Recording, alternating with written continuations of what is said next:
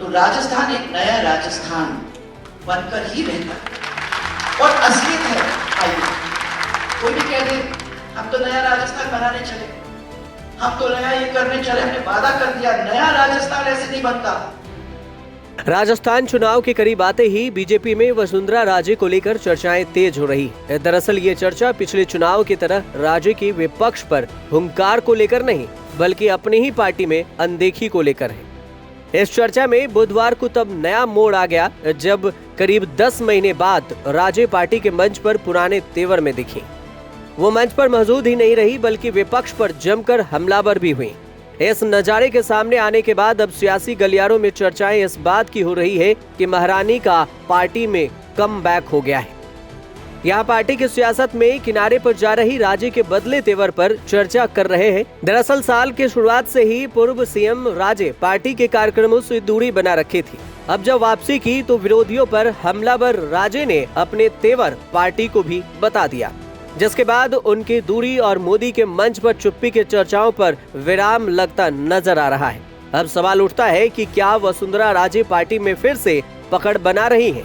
क्या बीजेपी वसुंधरा राजे को दरकिनार कर जोखिम नहीं लेना चाहती? माना जा रहा है कि हाल ही में जयपुर में गृह मंत्री अमित शाह, पार्टी अध्यक्ष जेपी नड्डा और महामंत्री बीएल संतोष के साथ मीटिंग के बाद राजे बहुत पॉजिटिव दिखी थी। उनके चेहरे पर मुस्कुराहट थी, जबकि शाह जब आए थे तब उनके चेहरे पर एक गंभीरता दिख रही थी। जानकारी के मुताबिक पिछली बार होटल ललित में 3 बजे तड़के जब हुई तब मीटिंग में राजे के साथ शाह ने करीब आधे घंटे तक चर्चा की थी। ऐसे में ये कयास लगाए जा रहे हैं कि इस मीटिंग में राजे को कोई बड़ा संदेश मिला है। जानकारों की माने तो पार्टी इस बात को बखूबी समझती है कि बिना वसुंधरा राजे के चुनाव लड़ना बीजेपी के लिए आसान नहीं होगा। कहीं न कहीं कोशिश इसी बात को लेकर है कि राजे गुट हो या उनके विरोधी, सभी को एकजुट कर चुनावी मैदान में आए और उसके बाद सत्ता हासिल करें। सीएसडीएस से जुड़े प्रोफेसर संजय लोढ़ा का कहना है कि पार्टी के भीतर रसाकशी चाहे जैसी भी हो, लेकिन एक बात तो तय है कि बीजेपी की तरफ से सर्वमान्य नेता वसुंधरा राजे ही हैं। लोढ़ा तो यहाँ तक कहते हैं कि मेरिट के आधार पर सोचा जाए या यूं कहिए कि बीजेपी को किसी भी सूरत में जीतना है तो पूर्व सीएम को प्रोजेक्ट करना जरूरी है। ऐसा नहीं होने पर पार्टी के लिए मुश्किल होगी।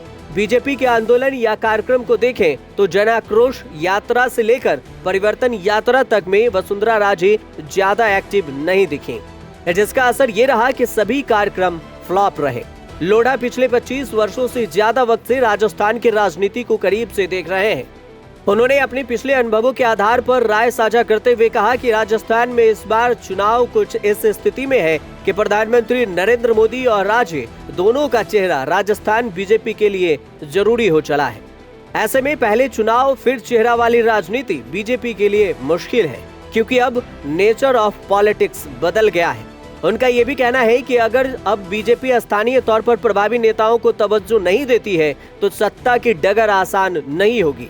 राजस्थान ही नहीं, कर्नाटक में इसका उदाहरण देखने को मिला कि जहां भी उन्होंने चेहरा पीछे रखकर सिर्फ और सिर्फ मोदी के चेहरे पर चुनाव लड़ा, वहां चुनावी परिणाम बीजेपी के पक्ष में नहीं रहा। इन सब के बावजूद फिर सवाल घूम फिर कर मोदी और वसुंधरा राजे के संबंधों पर ही आ जाता है। एक वक्त था जब कहा जाता था कि केसरिया में हरा हरा, राजस्थान में वसुंधरा, लेकिन साल 2018 का चुनाव राजे हारी और उसके बाद उनके लिए सूबे के सत्ता के लिए ही नहीं, पार्टी में पकड़ के लिए भी संघर्ष नजर आया। कयास तो इस तरह के भी लगाए जाते रहे हैं कि राजे और बीजेपी के राष्ट्रीय नेतृत्व के बीच सब कुछ ठीक नहीं है। उन्हें अपने राज्य में किसी का भी दखल शायद स्वीकार नहीं है। उनके इसी शैली के चलते उनके राज्य में समर्थक हैं, तो वहीं दूसरी यही वजह है कि उनके खिलाफ लामबंदी की वजह भी बनती दिख रही है। ब्यूरो रिपोर्ट, राजस्थान तक।